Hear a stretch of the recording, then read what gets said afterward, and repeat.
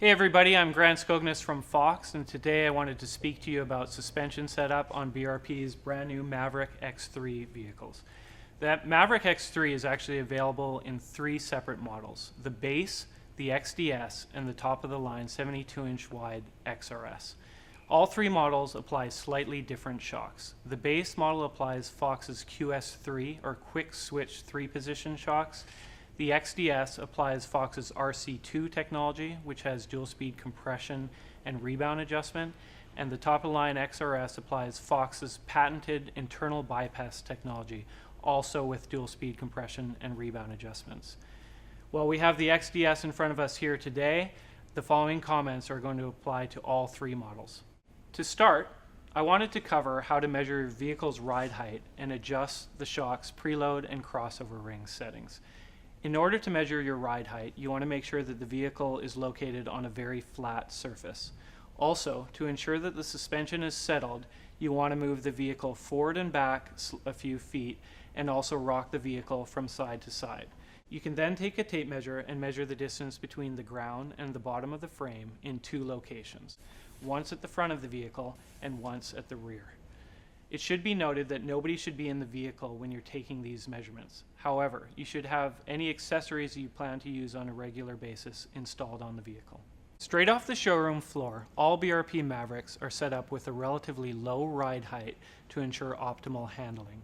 For certain terrain conditions, some users may want to raise the ride height of the vehicle to take full advantage of the available suspension travel. Increased ride height will provide for improved performance and bottom-out protection when the vehicle is driven aggressively in very rough terrain.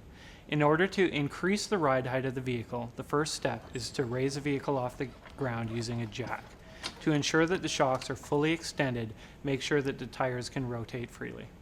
When measuring the length of the springs, it's important to be aware that there's an internal negative spring within the shocks that may not allow the shocks to sit at full extension even when the vehicle is jacked up off the ground. To ensure that you're measuring the correct dimension, be sure to push down on the wheel when you're measuring the installed spring length. What we want to do now is add preload to the springs. Preload is the initial spring force exerted by the shocks. By adding more preload, or initial spring force, you can raise the ride height of the vehicle to provide more ground clearance. To increase your preload, you first need to take your baseline setting.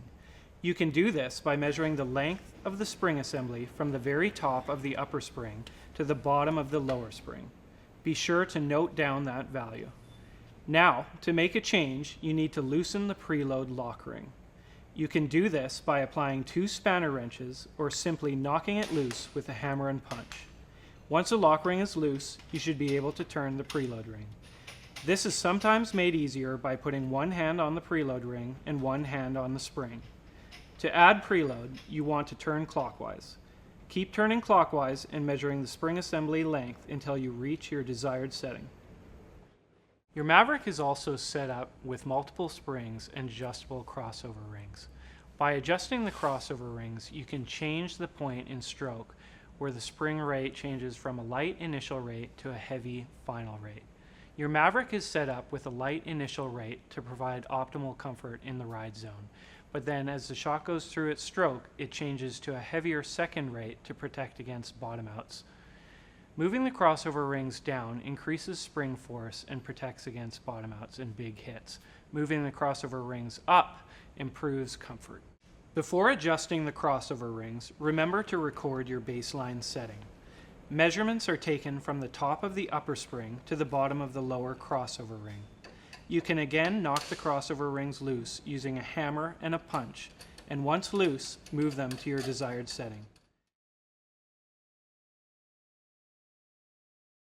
Once you have preload and crossover rings where you want them, don't forget to tighten the lock rings. Again, this can be completed by using the spanner wrench in your Maverick toolkit or with a hammer and a punch.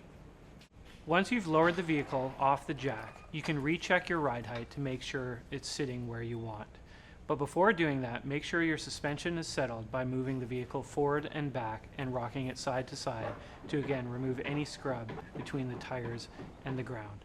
You can even drive the vehicle around a little bit prior to making that final measurement. Now that your preload and crossover ring settings are intact, you can now check the damping adjusters. On the X3 base, this is very simple because the shocks apply Fox's QS3 or quick switch 3-position adjusters.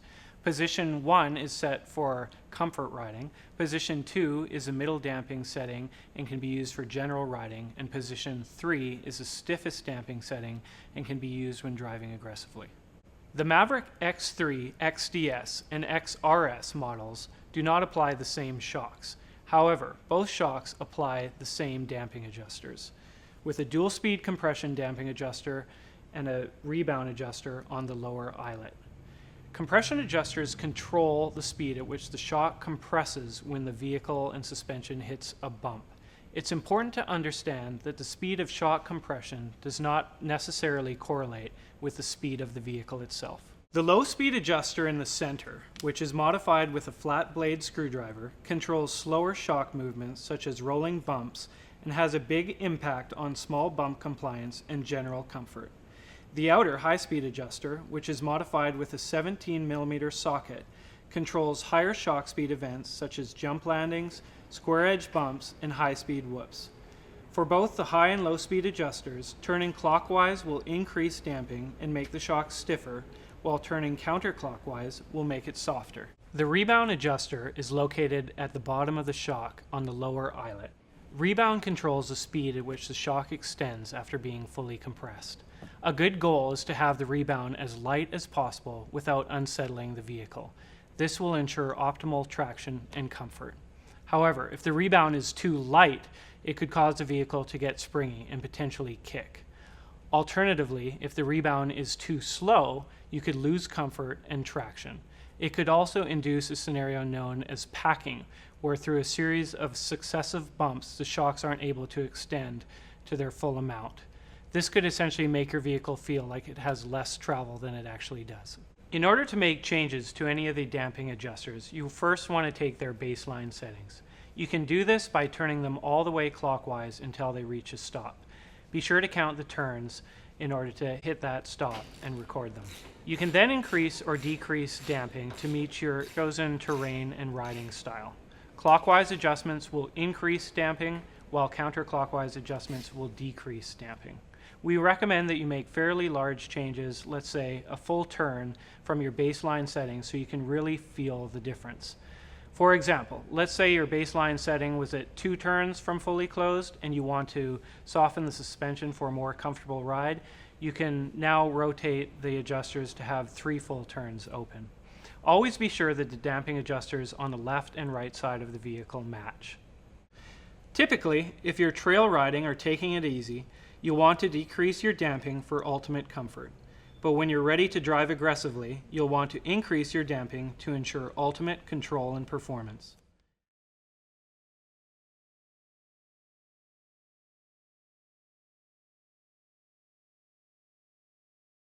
Well, I hope you found this video informative, but if you have any questions or are in search of more information, please visit ridefox.com. I'm Grant Scognes from Fox. Thanks for watching this video.